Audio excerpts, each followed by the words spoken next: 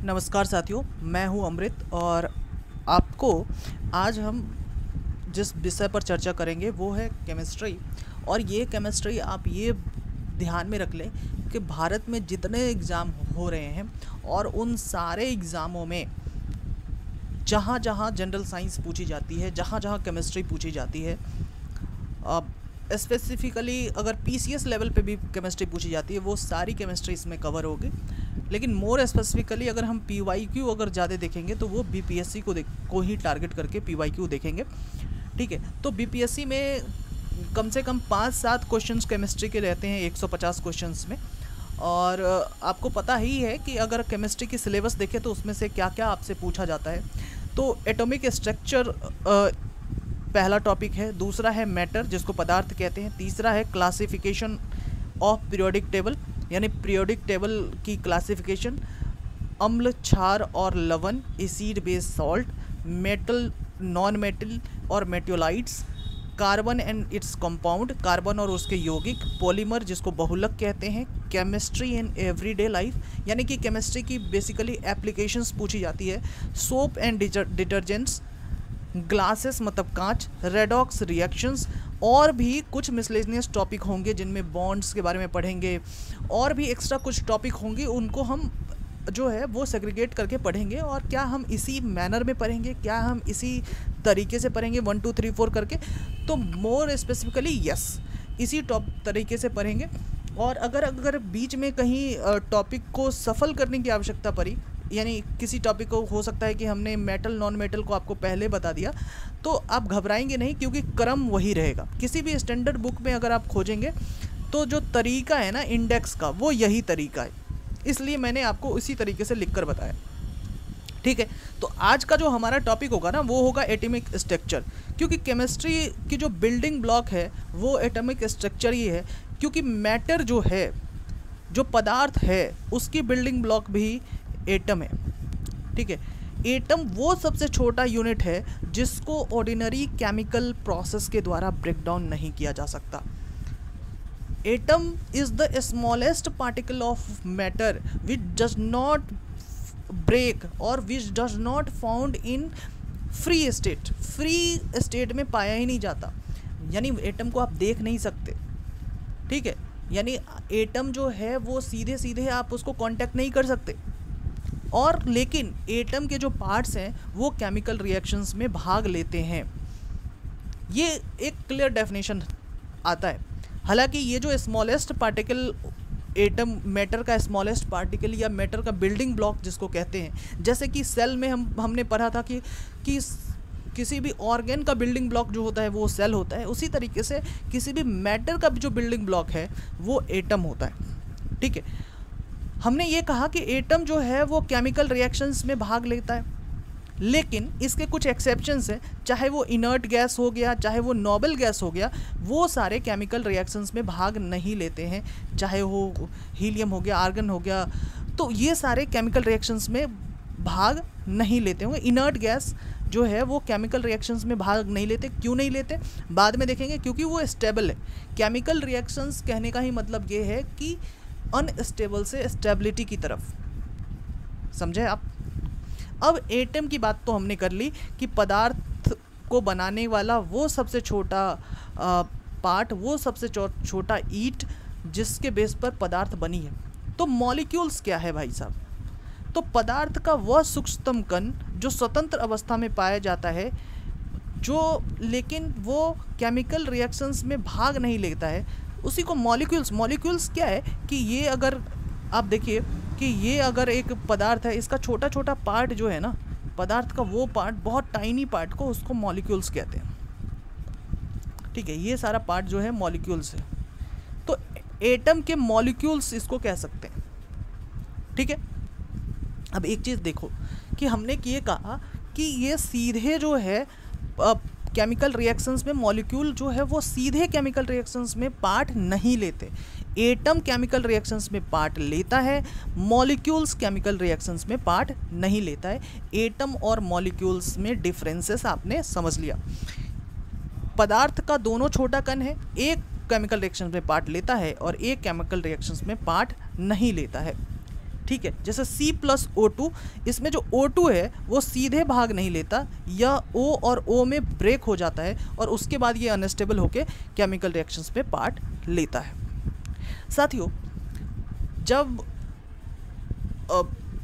ये आई, डाल्टन की थ्योरी आई और उन्होंने ये बताया कि भाई एटम जो है वो सबसे स्मॉलेस्ट पार्टिकल है और इसका टुकड़ा नहीं किया जा सकता, एकदम से बिल्कुल इसको ब्रेक नहीं किया जा सकता, तो वो धीरे धीरे जो है उसमें गलतियां निकलने लगी। और ये जो गलतियां हैं उन गलतियों में एक गलती ये निकली कि नहीं, एटम के भी सब पार्ट्स हो सकते हैं और वो जो सब पार्ट्स होते हैं उनको कहते हैं प्रोटॉन, न्यूट्रॉन और इलेक्ट्रॉन।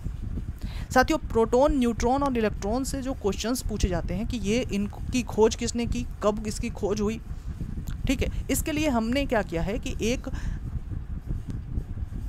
निमोनिक्स बनाई है और ये निमोनिक्स जो है इसका क्रेडिट मुझे नहीं, ये पूरे दुनिया में यही निमोनिक्स चल रही है भारत में, ठीक है। ईट पर नाच, E for electron, electron T for Thompson.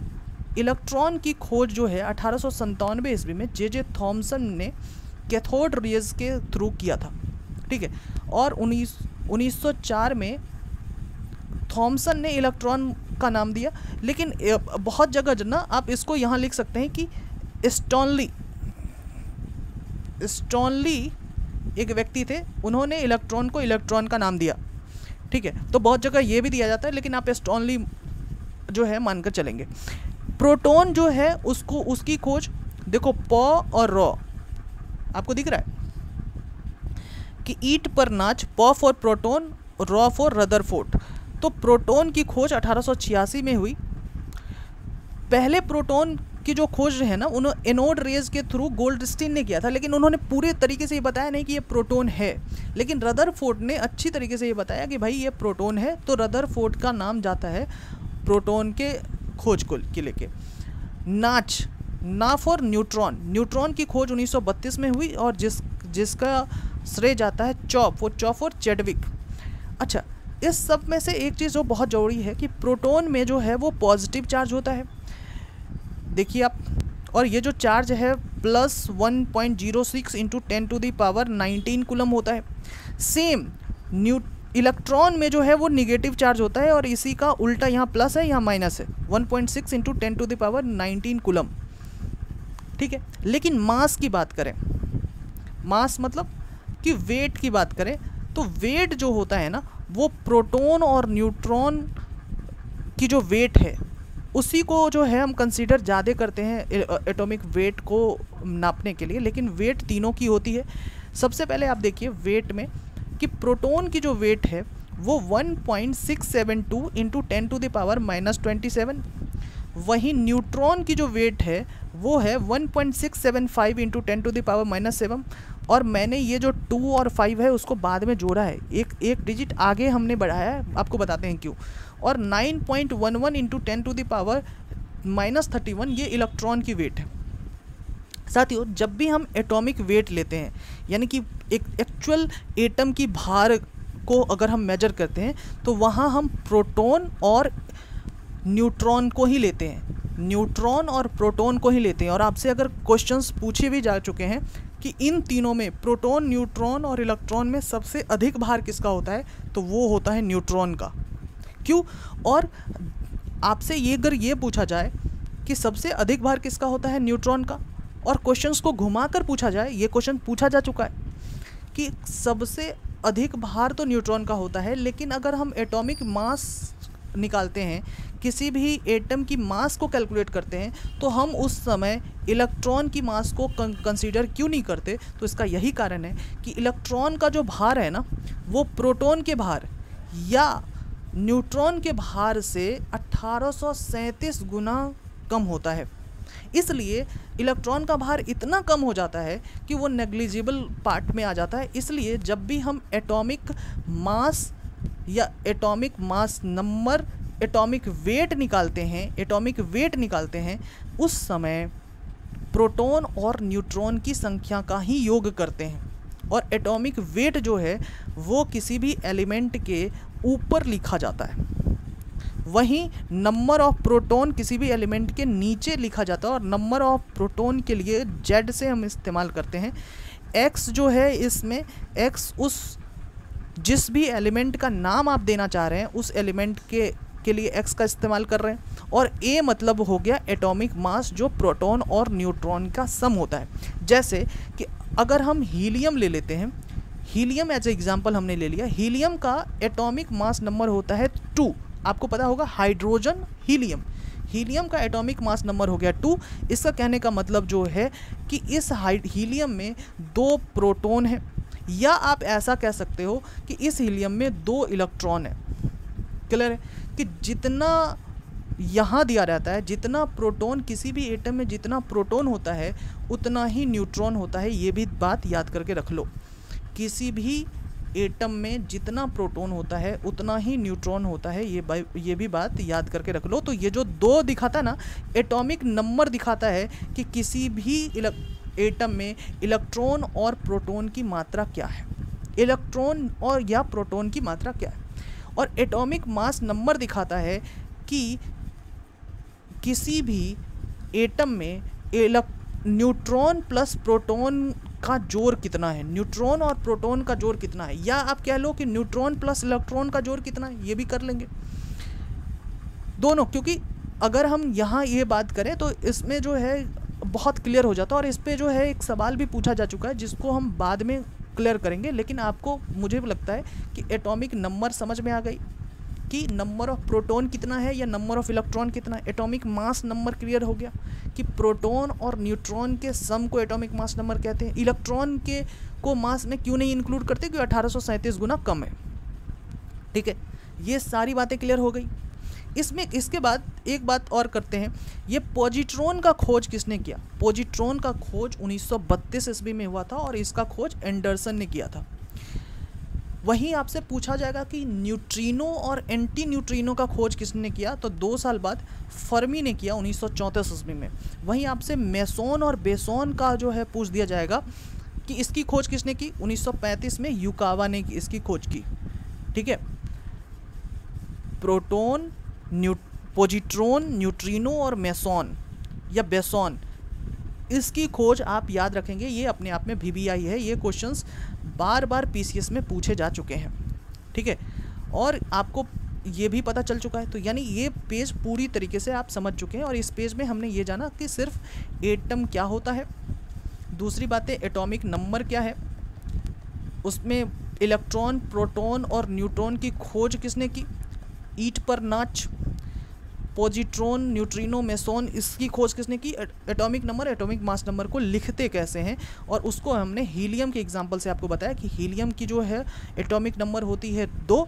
यानी पीरियोडिक टेबल में जो चीज़ आप याद करते हैं, हाइड्रोजन, हीलियम, लिथियम, बेरिलियम, ये जो बात है वो क्या है, ये आप एटॉमिक नंबर से उसको याद करके रखते हैं।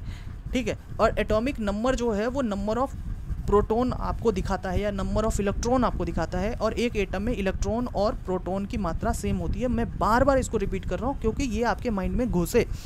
क्योंकि क्वेश्चंस जो है ना, अगर आप नॉन साइंस बैकग्राउंड से हैं या आपने बहुत दिन से साइंस पढ़ना छोड़ दिया है, तो ऐसी बातें आपको बहुत प्रॉब्लम क्रिएट करती है।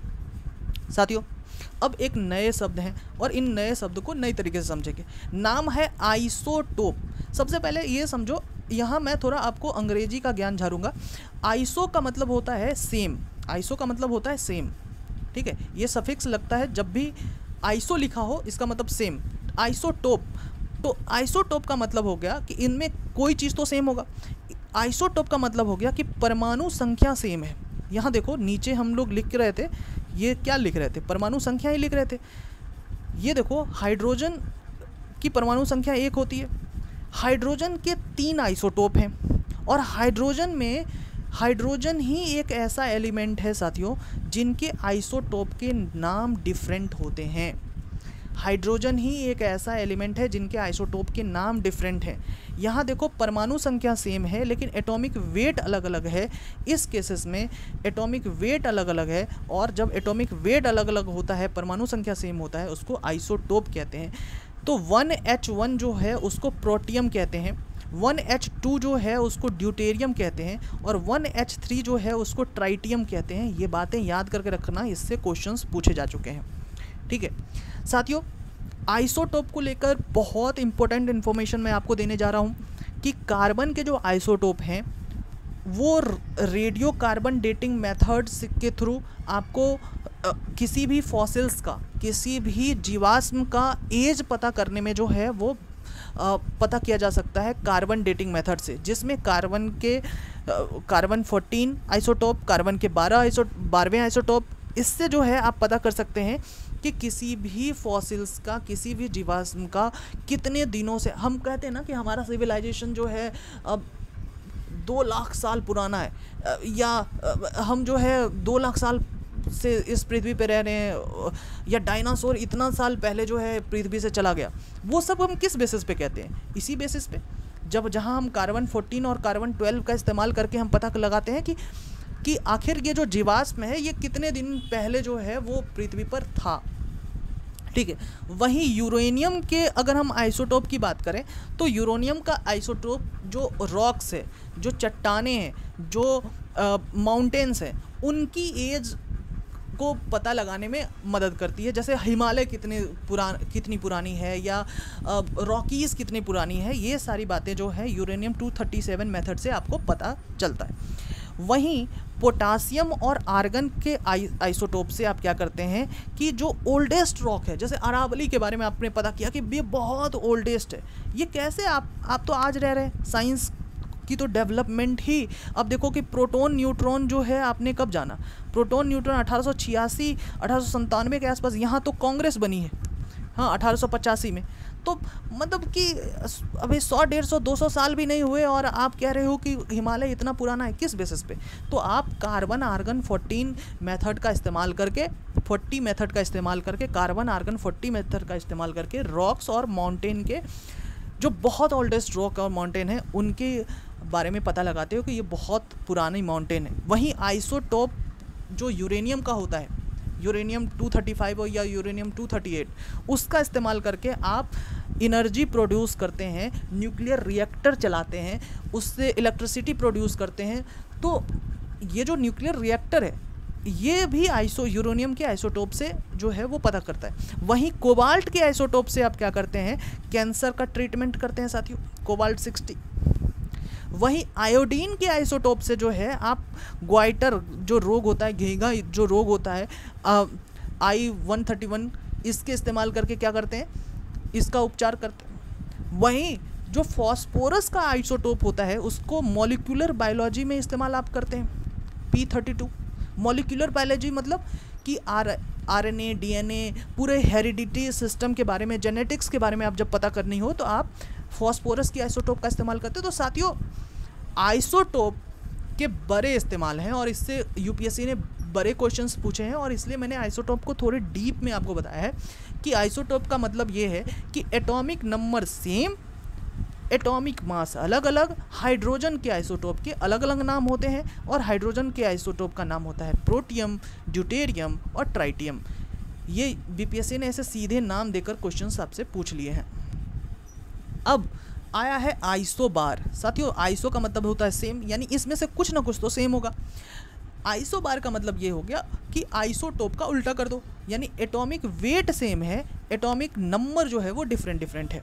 साथियों आर्गन, पोटेशियम और कैल्शियम की आप बात कर ले तो आर्गन की जो होती है वो एटॉमिक नंबर 18 होती है, वहीं कैल्शियम की 19 होती है, और कैल्शियम की 20 होती है, और पोटेशियम की 19 होती है। और लेकिन इसमें इस सब के एटॉमिक वेट जो है वो 40-40 है। तो एटॉमिक वेट सेम है लेकिन एटॉमिक नंबर डिफरेंट है, तो ऐसे को आइसोबार कहते हैं। वहीं साथियों आइसोटोन नाम करके भी शब्द होता है। आइसोटोन कहने का मतलब ये है कि ऐसे एटम जिनके की न्यूट्रॉन की संख्या जिनमें सेम हो उसको आइसोटोन कहते हैं। मतलब कि अब इसमें देखो 1H3 और 1He4, ये देखो ये इन दोनों के जो, बस आप ये समझो कि न्यूट्रॉन की मात्रा अगर सेम हो तब हम क्या कहेंगे कि दो एटम जो है वो आइसोटोन है। ठीक है, अब इसकी थोड़ी विस्तार अब आगे के क्लासेस में होती जाएगी। अब हम यहाँ बात करेंगे स्ट्रक्चर ऑफ एटम की। बहुत सारे जो टीचर्स हैं इनके कॉम्प्लेक्सिटी को देखकर स्ट्रक्चर ऑफ एटम्स जो है वो छोड़ देते हैं। देखिए, स्ट्रक्चर ऑफ एटम पढ़ना बहुत ज़रूरी है अब केमिस्ट्री के क्लैरिफिकेशन स्किल को लेकर। सबसे पहले आते हैं जे थॉमसन जो है वो अपनी मॉडल लेकर आते हैं, जिनको थॉमसन मॉडल ऑफ एटम कहते हैं या वाटरमेलन मॉडल ऑफ एटम कहते हैं। साथियों, इनका नाम वाटरमेलन मॉडल ऑफ एटम क्यों है? कारण ये है कि जे थॉमसन ने 1904 में ये मॉडल दिया और जिसके कारण 1906 में इनको नोबेल प्राइज़ भी मिलता है जे थॉमसन को। उनका ये कहना था कि एटम एक गोला है, स्फीयर है, जिनमें सिर्फ और सिर्फ पॉजिटिव चार्ज भरी हुई है, सिर्फ और सिर्फ पॉजिटिव चार्ज। ठीक है, इस पॉजिटिव चार्ज में निगेटिव चार्ज ऐसे ही है जैसे कि खरबूजे में उसका बीज होता है, इसलिए इसका नाम होता है वाटरमेलन मॉडल ऑफ एटम। तो आपसे ये पूछा जा सकता है कि वाटरमेलन मॉडल ऑफ एटम किसने दिया? ये दिया था जे थॉमसन ने। और वाटरमेलन में वाटरमेलन की जो सीड है उसकी कंपैरिजन किससे की थी? तो उसकी कंपैरिजन निगेटिवली चार्ज से की थी कि यहाँ इसमें निगेटिव चार्ज कम होता है। इन्होंने ये कहा था कि इलेक्ट्रॉन्स और प्रोटॉन की संख्या सेम होती है, इसलिए एटम न्यूट्रल होता है। साथियों, इन्होंने जो बहुत सारी चीज़ें हैं, इन्होंने इनकी जो मॉडल में बहुत सारी खामियां थी। एटम को स्टेबल बता दिया था, न्यूट्रल बता दिया था, लेकिन एटम तो न्यूट्रल होता नहीं है। एटम तो स्टेबिलिटी तो बहुत कम देखी जाती है, इसलिए एटम के बहुत सारे जो पार्ट हैं वो क्या करते हैं, केमिकल रिएक्शंस में पार्ट लेते हैं। एटम तो स्टेबल न्यूट्रल होगा नहीं। तो उसके बाद आते हैं इन्हीं के आप इनको कह सकते हैं जे थॉमसन के इतने बड़े प्रोफेसर थे। इनके जे थॉमसन के जो बेटे हैं उनको भी नोबेल प्राइज़ मिल चुका है भाई 1937-38 के आसपास। ठीक है, और इनके जो 7 चेले थे, जे थॉमसन के 7 चेलों को क्या मिल चुका है? Nobel prize. रदरफोर्ड उसके बाद आते हैं। रदरफोर्ड जो है वो यूनाइटेड किंगडम से थे और उन्होंने गोल्ड फॉइल स्कैटरिंग एक्सपेरिमेंट करी थी। क्या है एक्सपेरिमेंट, इन चीज़ों के बारे में बाद में समझेंगे, लेकिन इस एक्सपेरिमेंट से क्या निकल कर आया हम ये समझते हैं। रदरफोर्ड ने 1911 में एक्सपेरिमेंट की थी। रदरफोर्ड ने एक गोल्ड फॉइल लिया था, ठीक है, और उस गोल्ड फॉइल के थ्रू अल्फ़ा किरणें जो पॉजिटिवली चार्ज किरण होती हैं उनको क्या किया था, इससे गुजारा था। ठीक है, इनसे गुजारा था।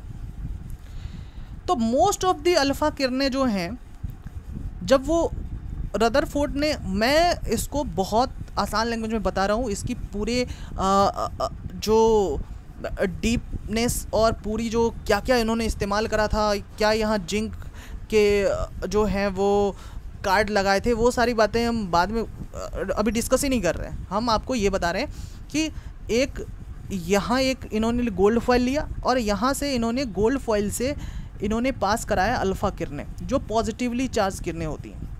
साथियों, अल्फ़ा किरणें जब इनसे पास कराई गई तो मोस्ट ऑफ द अल्फ़ा किरणें जो हैं वो एकदम सीधे सीधे इसको पार कर जाती है गोल्ड फॉइल को।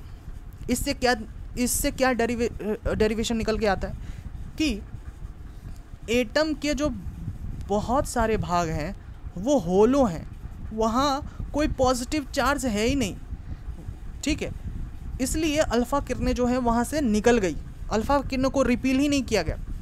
वहीं कुछ थोड़ा डिफ्लेक्शन जो है बीच में देखा जाता है। ठीक है, तो उन्होंने बीच में जब देखा, यानी गोल्ड फॉइल के बीच में, तो उसको जो है न्यूक्लियस कहा गया। समझे? तो एटम जो है उन्होंने ये कहा कि एटम स्मॉलेस्ट है, बहुत छोटा है, स्फेरिकल है। ये बातें थॉमसन भी कह चुके थे। न्यूट्रल पार्टिकल्स है, ये बातें तो थॉमसन भी कह चुके थे। इनमें क्या बड़ी बात है? इन्होंने ये कहा था कि पॉजिटिव चार्ज ना, हमारे एक्सपेरिमेंट में समझ के ये आया कि पॉजिटिव चार्ज सेंटर में रहता है जिसको न्यूक्लियस कहते हैं। पहली बार इन्होंने ये कहा कि पॉजिटिव चार्ज सेंटर में रहता है जिसको हम न्यूक्लियस कह रहे हैं। ठीक है, क्यों? क्योंकि बहुत सारी किरणें जो है यहाँ से बाहर निकल गई, इसलिए इन्होंने कहा कि पॉजिटिव चार्ज सेंटर में रहता है, जिसको हम न्यूक्लियस कह रहे हैं, ठीक है। और प्रोटॉन और न्यूट्रॉन इसी न्यूक्लियस में प्रेजेंट होते हैं। प्रोटॉन और न्यूट्रॉन जो है इसी न्यूक्लियस में प्रेजेंट होते हैं, इन्होंने ये बात कही। इलेक्ट्रॉन जो है वो मूव करता है न्यूक्लियस के अराउंड, इसलिए, और इलेक्ट्रॉन और प्रोटॉन की जो संख्या है वो सेम होती है, इसलिए ये न्यूट्रल होता है, एटम न्यूट्रल होता है। इन्होंने रेडियस ऑफ एटम बताया कि 10⁻⁻8 मीटर से लेके 10⁻⁻10 मीटर तक हो सकता है। वहीं उन्होंने रेडियस ऑफ न्यूक्लियस बताया कि 10⁻12 से लेके 10⁻14 मीटर तक हो सकता है। इसके बाद आते हैं भाई साहब नील बोर, जिसको वोर बोरी मॉडल ऑफ एटम कहते हैं, या फिर आप कह सकते हैं कि जिसको इलेक्ट्रॉन डिस्ट्रीब्यूशन थ्योरी भी कहते हैं। वोर साहब ने क्या कहा? वोर साहब ने कहा कि भाई इस तरीके से जो एटम आपने कह दिया कि एटम जो है वो एक तरीके से इलेक्ट्रॉन और प्रोटॉन इक्वल होते हैं, और एटम जो है वो चारों तरफ घूमते हैं। कैसे घूमते हैं? इलेक्ट्रॉन का बंटवारा कैसे होता है? इलेक्ट्रॉन का बंटवारा के लिए उन्होंने ये बताया कि भाई इलेक्ट्रॉन ना सीधे सीधे एक ही ऑर्बिट में नहीं होता कि यहाँ यही एकदम से बाहर इलेक्ट्रॉन है। इन्होंने बताया कि नहीं, बहुत सारे सेल होते हैं, बहुत सारे ऑर्बिट होते हैं जिनमें इलेक्ट्रॉन बटा होता है। तो इन्होंने इनसे पूछा गया कि बताइए कि आप कह रहे हैं कि बहुत सारे ऑर्बिट होते हैं, उनमें इलेक्ट्रॉन बटा होता है, तो हर ऑर्बिट में कितने इलेक्ट्रॉन हो सकते हैं? तो उन्होंने कहा कि एक फॉर्मूला है 2n²। जैसे कि अगर उनसे ये कहा गया कि बताइए पहले ऑर्बिट में कितने इलेक्ट्रॉन आप रखेंगे, तो वो कहते हैं कि पहले ऑर्बिट का मतलब हो गया कि 2 गुना फर्स्ट का स्क्वायर, यानी पहले ऑर्बिट का स्क्वायर, यानी कि पहले ऑर्बिट में रखा जाएगा 2 इलेक्ट्रॉन। वहीं उनसे पूछा गया कि दूसरे ऑर्बिट में कितना रखेंगे, तो दूसरे ऑर्बिट में उन्होंने बताया कि 2 गुना 2 का स्क्वायर बराबर 8, यानी कि दूसरे ऑर्बिट में 8 रखेंगे। फिर उनसे पूछा गया कि तीसरे ऑर्बिट में आप कितना रखेंगे, तो तीसरे ऑर्बिट में उनके अनुसार आया कि तीसरे ऑर्बिट में जो इलेक्ट्रॉन की संख्या होगी 18 होगी, और यहीं ये फेल हो जाते हैं। इनके अनुसार तीसरे ऑर्बिट में इलेक्ट्रॉन की संख्या 18 होती है। तो किसी भी ऑर्बिट में आज के समय में ये पता चलता है कि किसी भी ऑर्बिट में 18 एक साथ नहीं हो सकते। 8 इलेक्ट्रॉन होने के बाद कोई भी एटम जो है वो क्या हो जाता है, उस एटम में स्टेबिलिटी आ जाती है, उसमें वैलेंसी आ जाती है, समझे। 8 एटम आने के बाद किसी भी ऑर्बिट में 18 नहीं हो सकते। 8 एटम होने के बाद, 8 इलेक्ट्रॉन होने के बाद कोई भी एटम जो है वो स्टेबल हो जाता है, ठीक है। और यही जो 8 एटम जो है वो मैक्सिमम इलेक्ट्रॉन है किसी भी आउटर सेल का। इसी को कहते हैं वैलेंस इलेक्ट्रॉन। ये जो वैलेंसी है ना, इसी से दिखती है, यानी अगर किसी के पास 8 से कम इलेक्ट्रॉन हैं तो वो अनस्टेबल होगा, वो केमिकल रिएक्शन में पार्ट लेगा। 8 इलेक्ट्रॉन उनके अगर आउटर ऑर्बिट में पहुंच गए, हर कोई 8 इलेक्ट्रॉन बनाने के लिए या तो लेना चाहेगा कुछ इलेक्ट्रॉन, या कुछ इलेक्ट्रॉन देना चाहेगा। तो इलेक्ट्रॉन लेने या इलेक्ट्रॉन देने की क्षमता को हम वैलेंसी कहते हैं, ठीक है। और यही वैलेंसी जो है वो आउटर मोस्ट इलेक्ट्रॉन में कितनी वैलेंसी आपको दिखेगी, इसी वैलेंसी के तर्ज पे, देने और लेने की क्षमता के तर्ज पे आप मेटल और नॉन मेटल में भी एलिमेंट को बांटते हैं, ठीक है। बड़े ध्यान से, इसमें मेटल और नॉन मेटल में भी आप एलिमेंट को बांटते हैं। जैसे एक शब्द और भी है साथियों, वो शब्द है आइसो इलेक्ट्रॉन। आइसो इलेक्ट्रॉन कहने का मतलब कि जब इलेक्ट्रॉन की संख्या जो है वो सेम हो जाए, सारे एलिमेंट में इलेक्ट्रॉन की संख्या सेम हो जाए। जैसे आपको पता है साथियों कि हाइड्रोजन, हीलियम, लिथियम, बेरिलियम, उसके बाद nitrogen, oxygen, fluorine, neon, sodium, magnesium, aluminium, यानी 7, 8, 9, 10, 11, 12, 13, ये आपको याद है। अब देखिए कि इसके ये जो 7 आप कह रहे हैं कि इसके पास 7 इलेक्ट्रॉन है। 7 इलेक्ट्रॉन मतलब कि पहले में तो 2 हो सकता है। इनके अनुसार भोर साहब कह रहे हैं कि अगर आपके पास 7 इलेक्ट्रॉन है तो पहले ऑर्बिट में तो 2 हो सकता है, दूसरे ऑर्बिट में कितना हो जाएगा भाई? 5। अब इनको 8 बनाने के लिए कम से कम, यानी 8 हो जाएगा तो नाइट्रोजन जो है एक तरीके से स्टेबल एलिमेंट हो जाएगा। तो इनको 3 चाहिए, यानी 3 ये लेगा, किसी से 3 लेगा। तो 3 जब लेगा तो इसको कहेंगे कि इसके नाइट्रोजन के ऊपर निगेटिव चार्ज है, -3 है। और 3 जब ले लेगा तो 7 और -3 ये पूरा एक तरीके से 10 इलेक्ट्रॉन इसके पास हो जाएगा कि नहीं हो जाएगा साथियों। पहले 7 था और 3 इन्होंने लिया, इसलिए यहाँ माइनस का मतलब ऐसे नहीं कि सीधे 7 - 3 4 कर दो, माइनस मतलब उसका चार्ज है माइनस, ठीक है, बड़े ध्यान से। तो इसमें पूरा इलेक्ट्रॉन की संख्या कितनी हो गई, 10। वहीं किसी के पास 8 इलेक्ट्रॉन है, पहले से 8 इलेक्ट्रॉन है, यानी 2 और सेकंड सेल में जो है वो 6 है। तो अब इसको स्टेबल होने के लिए 2 और इलेक्ट्रॉन चाहिए। तो 8 और 2 10, अब इनकी इलेक्ट्रॉन की संख्या हो गई 10।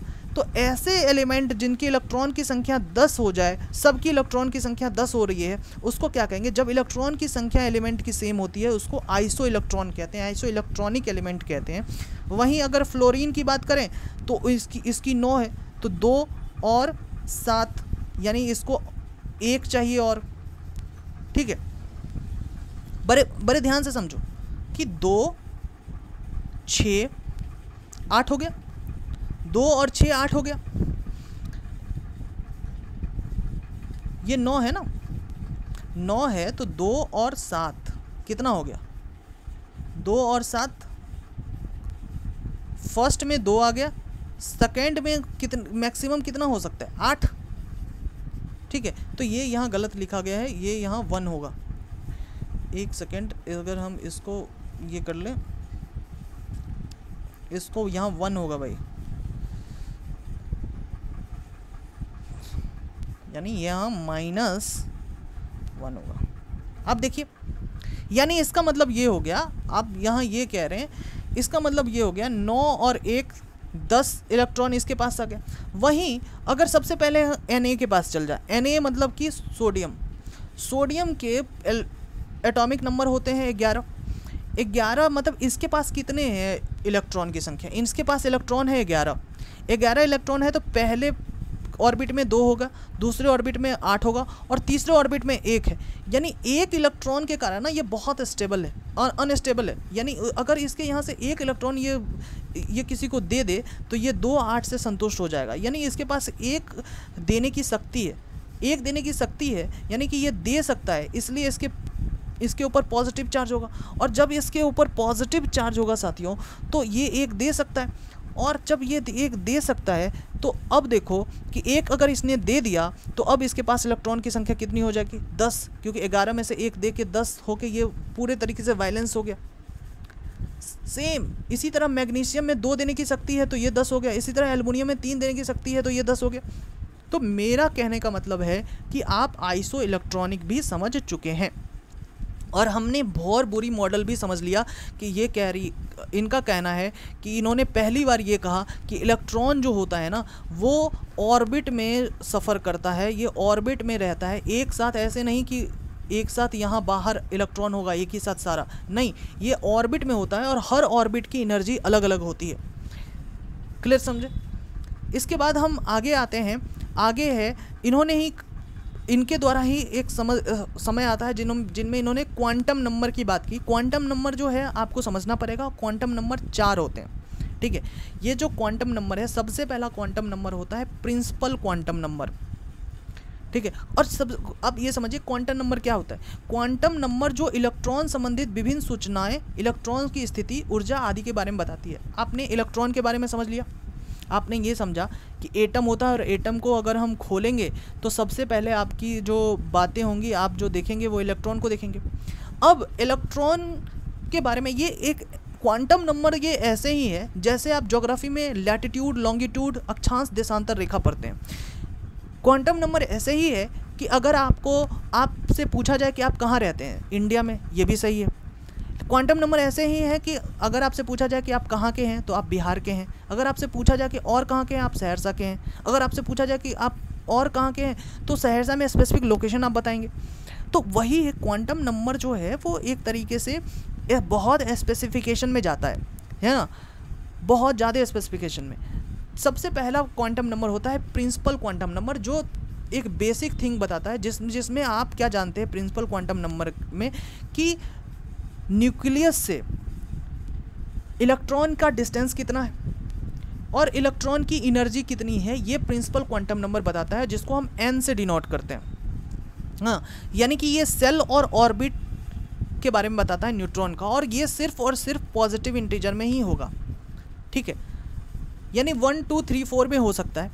वहीं एजीमुथल क्वांटम नंबर होता है जिसको द्विगंशी क्वांटम नंबर कहते हैं। ये क्या होता है? ये आपको सब सेल के बारे में बताता है। आपने सेल के बारे में, ऑर्बिट के बारे में प्रिंसिपल क्वांटम नंबर से सीख लिया।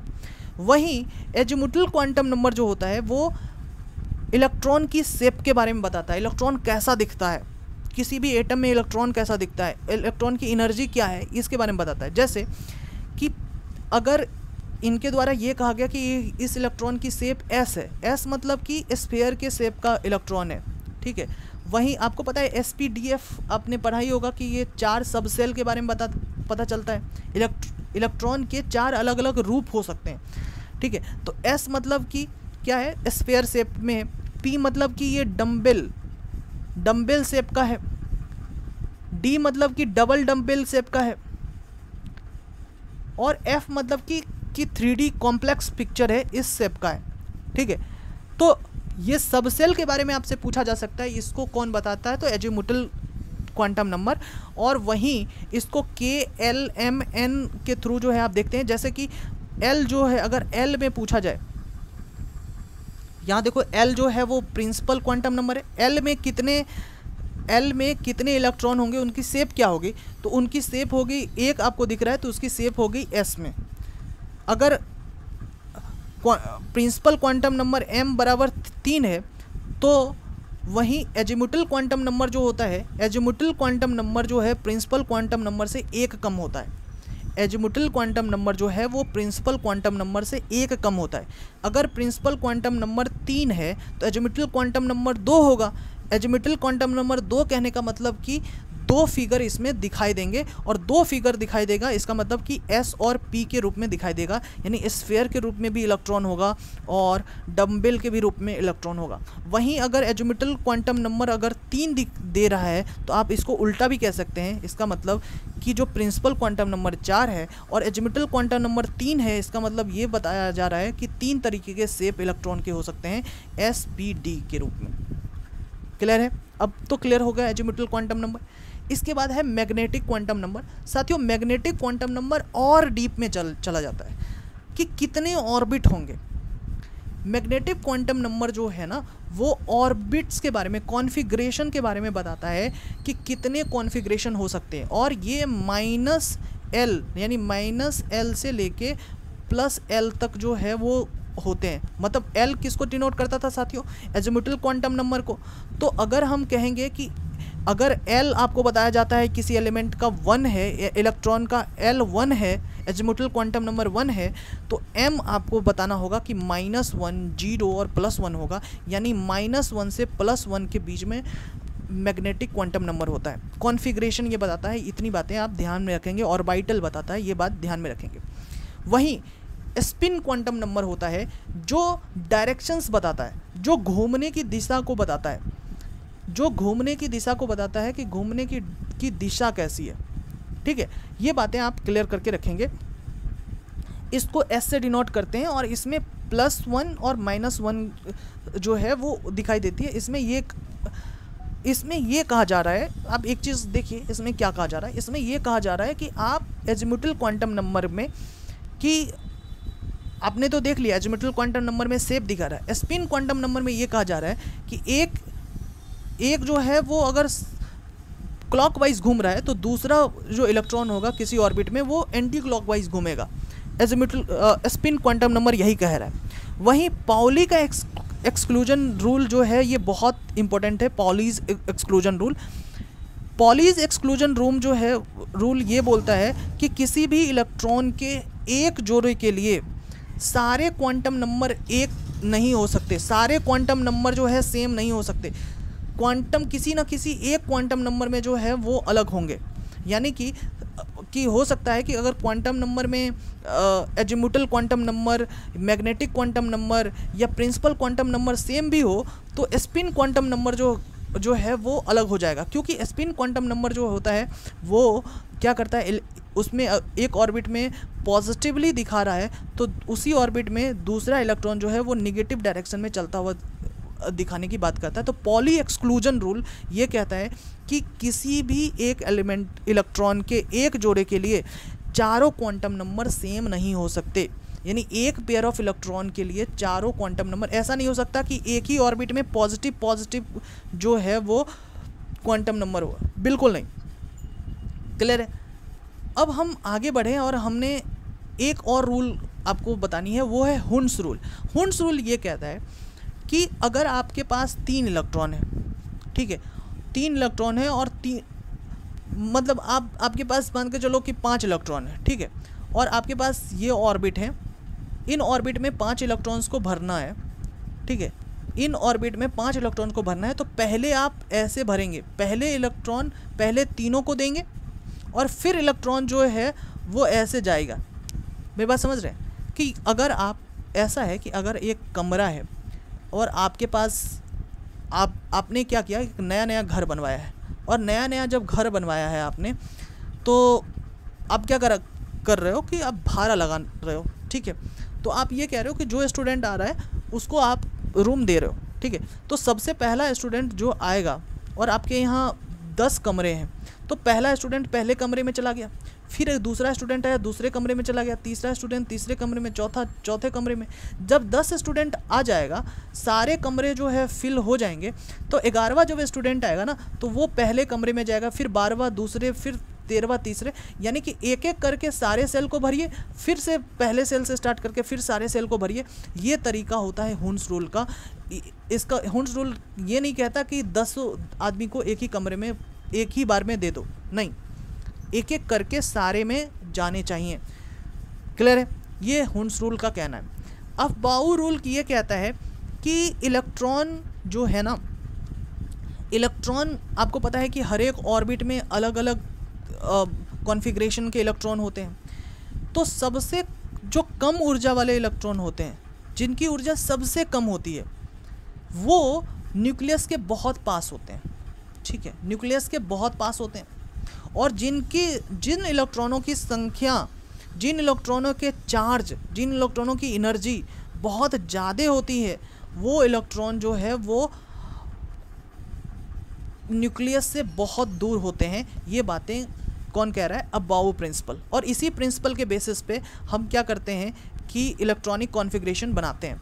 ये क्या है अभी इसको समझने की आवश्यकता नहीं है, बाद में हम समझेंगे ये क्या है, ठीक है। अब इसी ये चैप्टर हो जाता है ख़त्म, और इस चैप्टर के बेसिस पे, यानी अबाउ प्रिंसिपल क्या है, इलेक्ट्रॉन भरने की एक का तरीका है कि इलेक्ट्रॉन सब सेल में कैसे भरेंगे, ये एक तरीका है। ये बातें आपको क्लियर हो जानी चाहिए।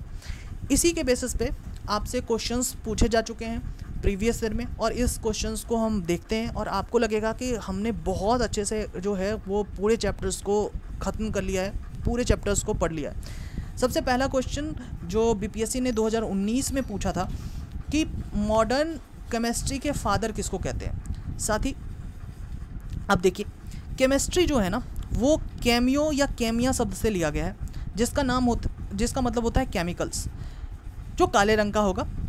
इसके फादर जो है एंटोनियो लेवियोजर को कहते हैं, और लेवियोजर जो है वो केमिस्ट्री का फादर भी है, मॉडर्न केमिस्ट्री का भी फादर है। वहीं एक क्वेश्चन आ जाता है कि भारत में केमिस्ट्री का फादर कौन है, तो पीसी रॉय, जिसको प्रफुल्ल चंद्र रॉय कहते हैं, वो भारत में केमिस्ट्री के फादर हैं। साथियों, आपको पता है कि जब एशियाटिक सोसाइटी ऑफ बंगाल बना था, ये आप हिस्ट्री में पढ़ेंगे, तो ये प्रफुल्ल चंद्र रॉय ना इन्होंने किताब भी लिखी है, जिसको द हिंदू केमिस्ट्री कहते हैं। इस तरीके से उन्होंने किताब भी लिखी, ठीक है। लेवियोजर ने हाइड्रोजन की भी खोज की। हाइड्रोजन का जो नाम है वो एंटोनियो लेवियोजर ने दिया था। हालांकि हाइड्रोजन की खोज जो है वो हेनरी कैवेंडिश ने की थी। लेवियोजर ने LVO मतलब ऑक्सीजन की भी खोज उन्होंने लेवियोजर ने की थी। हाँ, ये एक चीज़ समझो, मेरी बात बड़े ध्यान से। हमने ये कहा कि हाइड्रोजन की खोज किसने की? हाइड्रोजन की खोज जो है वो हेनरी कैवेंडिश ने की। वहीं ऑक्सीजन की खोज प्रिस्टले ने की। बड़े ध्यान से समझना, बहुत अगर क्लियर हो रही हो तो आप समझना कि लेवियोजर ने इनकी खोज नहीं की, हाइड्रोजन और ऑक्सीजन का नाम दिया है, हाइड्रोजन और ऑक्सीजन का नाम दिया है, नाम, हाइड्रोजन और ऑक्सीजन को नाम दिया है, नामांकन किया है कि ये हाइड्रोजन है ये ऑक्सीजन है, लेकिन खोज जो है ऑक्सीजन की प्रिस्टले ने की थी। कंबसन थ्योरी जो है वो किसके द्वारा दिया गया है, वो भी लेवियोजर के द्वारा दी गई थी। लेवियोजर का ये कहना था कि आपको पता है कि ऑक्सीजन जो है वो जलने में हेल्प करता है और एनर्जी रिलीज होती है इससे, इसी को कंबसन थ्योरी कहते हैं, और ये कंबसन थ्योरी जो है वो भी लेवियोजर ने दी थी। लेवियोजर ने एक किताब भी लिखा जिसका नाम है एलिमेंट ऑफ केमिस्ट्री, ठीक है।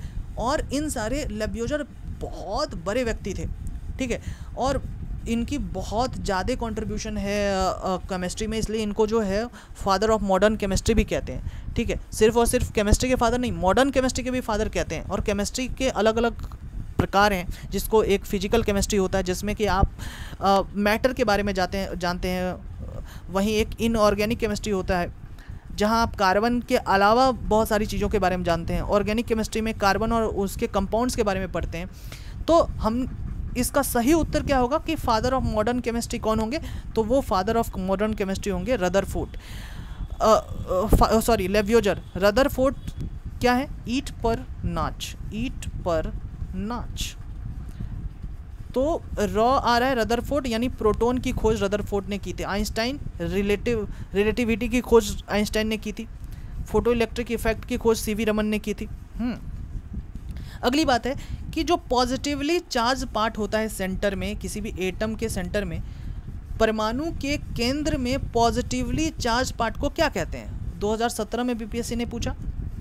तो जो पॉजिटिवली चार्ज्ड अगर पार्ट की बात की जाए तो वो प्रोटॉन उसको कहा जाता है।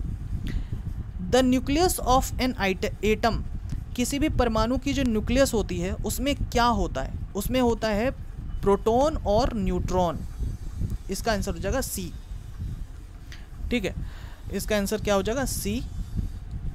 इसके बाद हम आगे बढ़ते हैं कि which among the following is incorrect option, इसमें से इनकरेक्ट कौन सा है।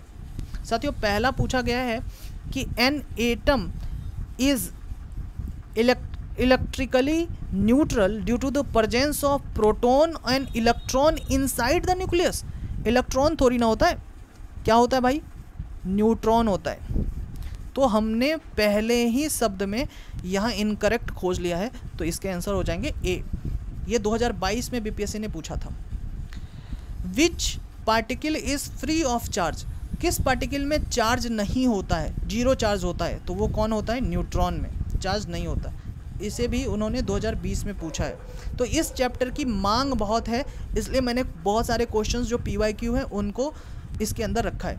Which of the following element does not contain neutrons, which of the following element does not contain neutrons. तो न्यूट्रॉन किस में नहीं होता भाई, हाइड्रोजन में न्यूट्रॉन नहीं होता है, ठीक है, क्योंकि हाइड्रोजन का जो है ना वो एटॉमिक नंबर ही 1 है। तो एटॉमिक नंबर अगर हाइड्रोजन का 1 है, 1H1 अगर हम कह दें, तो वही जो है वो न्यूट्रॉन की भी संख्या होगी, वही जो है वो प्रोटॉन की भी संख्या होगी। तो इसलिए इसमें जो है वो न्यूट्रॉन नहीं होता, किसमें, हाइड्रोजन में। एक atom the order of filling of orbitals, किस तरीके से, कौन सा तरीका लगाएंगे, कौन सा ऑर्डर लगाएंगे जिसके तहत हम ऑर्बिटल्स को फुलफिल करेंगे, इस तरीके को किसके तहत गवर्न किया जाता है। साथियों अभी हमने पढ़ा अफबाऊ प्रिंसिपल के द्वारा जो है हम इलेक्ट्रॉन्स को फिलअप करते हैं ऑर्बिट में। Regarding the atom of a chemical element, magnetic quantum number का मतलब क्या होता है। साथियों हमने अभी आपको मैग्नेटिक क्वांटम नंबर बताया, और मैग्नेटिक क्वांटम नंबर जो है वो ओरिएंटेशन बताता है, कॉन्फ़िगरेशन बताता है, समझे। वहीं हमने एजीमुथल क्वांटम नंबर के बारे में बताया था जिसमें SPDF होता है, वो शेप बताता है, समझे। स्पिन क्वांटम नंबर जो है वो डायरेक्शन बताता है कि पॉजिटिव नेगेटिव क्या है, समझ में आया आपको। इसमें यह कहा जा रहा है कि किसी भी एक एलिमेंट है जिसके इलेक्ट्रॉन और न्यूट्रॉन की संख्या आपको दी गई है और आपको मास नंबर पता करना है। साथियों मास नंबर का मतलब क्या होता है, मास नंबर का मतलब होता है कि कितना इसमें प्रोटॉन है और कितना इसमें न्यूट्रॉन है, ये मास नंबर होता है। और प्रोटॉन की संख्या जो है वो आपको तो यहाँ दी नहीं गई है, इसमें इलेक्ट्रॉन और न्यूट्रॉन की संख्या दी गई है। न्यूट्रॉन की संख्या कितनी है? न्यूट्रॉन की संख्या है 20। क्या प्रोटॉन की संख्या आपको पता हो सकती है? द आंसर इज यस, कि प्रोटॉन की संख्या वही होती है जो संख्या इलेक्ट्रॉन की होती है, और इलेक्ट्रॉन की जो संख्या है वो आपको दी गई है 18, यानी कि पूरा मास नंबर आपके पास निकल के आ रहा है 38। ये बात आपको 2019 में इन्होंने पूछी थी, इसका आंसर हो जाएगा सी। कह रहा है कि mass number of a nucleus is, mass number of nucleus, nucleus के मास नंबर का मतलब क्या हो गया? ये सेम क्वेश्चंस जो है वो रिपीट कर रहा है। तो बीपीएससी हैज़ टेंडेंसी कि ये क्वेश्चन रिपीट करता है, ठीक है। तो ये न्यूट्रॉन और प्रोटॉन के जो सम है इसी को मास नंबर कहते हैं। ये बात क्लियर हो गया। इसके बाद हम आगे आते हैं कि आपसे ये क्वेश्चन पूछा जा रहा है कि number of neutron in the nucleus of a plutonium nuclide. ये प्लूटोनियम है और इसमें आपसे न्यूट्रॉन की संख्या पूछ रहा है। साथियों एक चीज़ आप यहाँ देखिए कि यहाँ जो है ये 94 क्या डिनोट कर रहा है? 94 डिनोट कर रहा है एटॉमिक नंबर। मैंने आपको बताया कि कितने अच्छे से हमने आपको ये समझाया है। ये आप देखिए एटॉमिक नंबर, एटॉमिक नंबर का मतलब क्या कि ये जो है ना ये प्रोटॉन की संख्या है, ठीक है। और ये क्या बता रहा है भाई? 242 क्या बता रहा है? 242 बता रहा है एटॉमिक मास, एटॉमिक मास। और एटॉमिक मास का मतलब क्या होता है कि प्रोटॉन प्लस न्यूट्रॉन। और प्रोटॉन और न्यूट्रॉन का मान कितना दिया है? 242 साथियों। और ये न्यूट्रॉन का मान आपसे पूछ रहा है, तो न्यूट्रॉन का मान, प्रोटॉन का मान कितना है? प्रोटॉन का मान है 94, यहाँ से आ रहा है बराबर 242। न्यूट्रॉन का मान कितना होगा? 242 माइनस 94, 12 में से 4 गया 8, किसका यूनिट डिजिट है ये? तो 148 इसका आंसर हो जाएगा। ये बात आपको क्लियर हो जानी चाहिए। तो प्रीवियस 5 सालों में या अब तक की हिस्ट्री में जितने सारे इस चैप्टर से क्वेश्चंस पूछे जा चुके हैं, हमने बीपीएससी के सारे क्वेश्चंस को कवर किए। और मुझे लगता है कि इसके बाद आपको कहीं भी एटॉमिक स्ट्रक्चर पढ़ने की आवश्यकता नहीं है। बहुत जीरो से लेकर हाई तक हमने आपको बता दिया। आपको इसकी पीडीएफ चाहिए तो कमेंट में हम टेलीग्राम लिंक जो है वो पिनअप कर देंगे, वहाँ से आप इसकी पीडीएफ ले सकते हैं। और अगर आपको इसमें कोई भी प्रॉब्लम हो रही है किसी भी कॉन्सेप्ट को समझने में, तो आप क्या करेंगे? कमेंट करेंगे, उसका जवाब आपको ज़रूर दिया जाएगा, ठीक है। तो thank you very much, enough for today, thank you.